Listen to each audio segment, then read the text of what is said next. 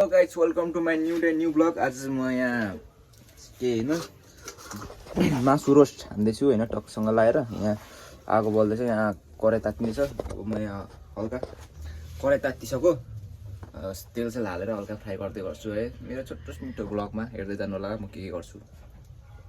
यहाँ चाहिँ रोस्ट सुरु भइसक्यो टक्क लाएर होइन।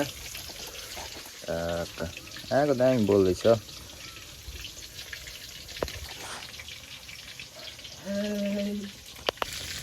देखो न गाइस, देखो न अहिलेसम्म त यतिको हुँदैछ है।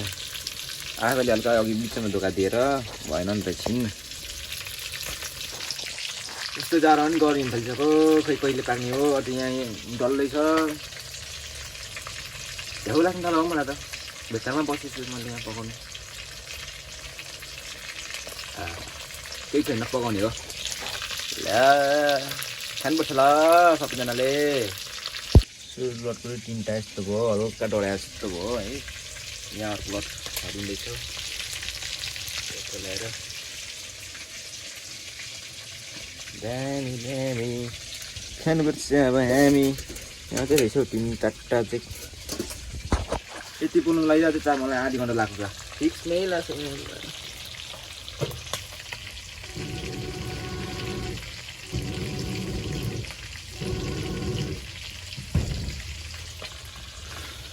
ग्यासमा गएको कति सजिलो हुन्थ्यो, यहाँ आगोमा जोर गरियो टाइम थोरै लाग्दैन। अब यहाँ ल दोस्रो लट पनि निस्क्यो।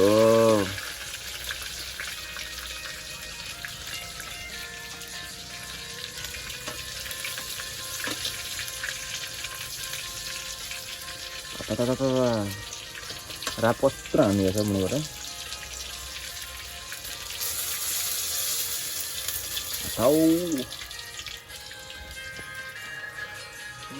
के डर हो क्या यस्तो।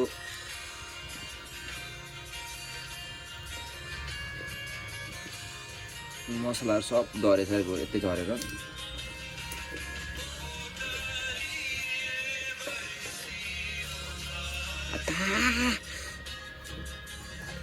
ल अब अर्को लट हालौँ।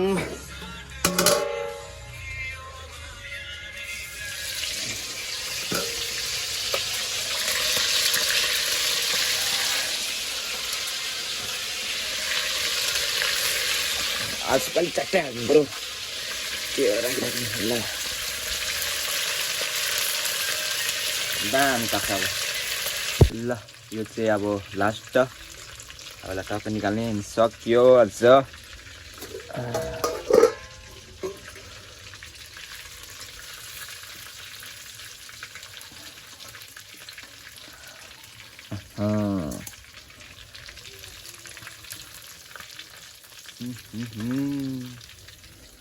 अलिक मलाई चाहिँ थाहा उयो गरेर तार्ने होइन कि हम चाहिँ।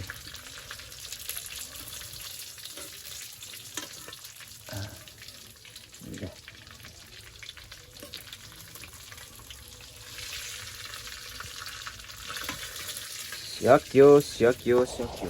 लास्टै गरी हुँदो रहेछ हाम्रो आगोमा बस्दा बस्दा बस्दा बस्दा बस्दा बस्दा।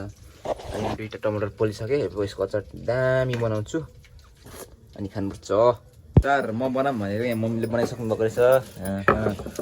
सिलौटोमा हामी सिलौटोमा पिस्छौँ, मम्मीले पिस्दै हुनुहुन्छ। आज टमाटर यहाँ अघि पोलिसकेको, धनियाँहरू के हालेर पिस्दै हुनुहुन्छ।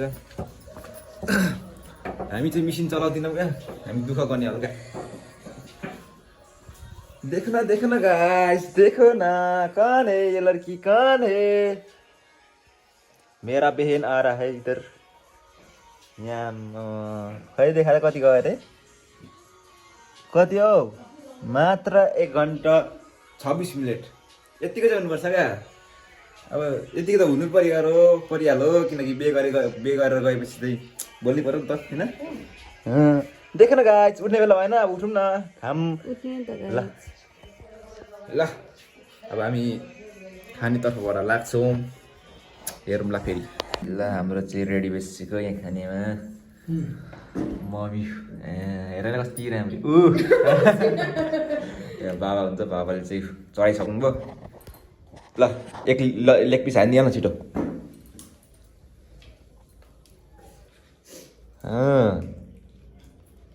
कस्तो छ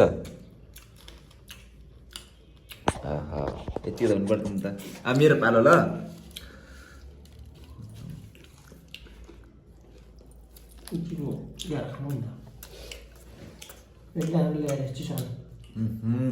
दामी छ अचार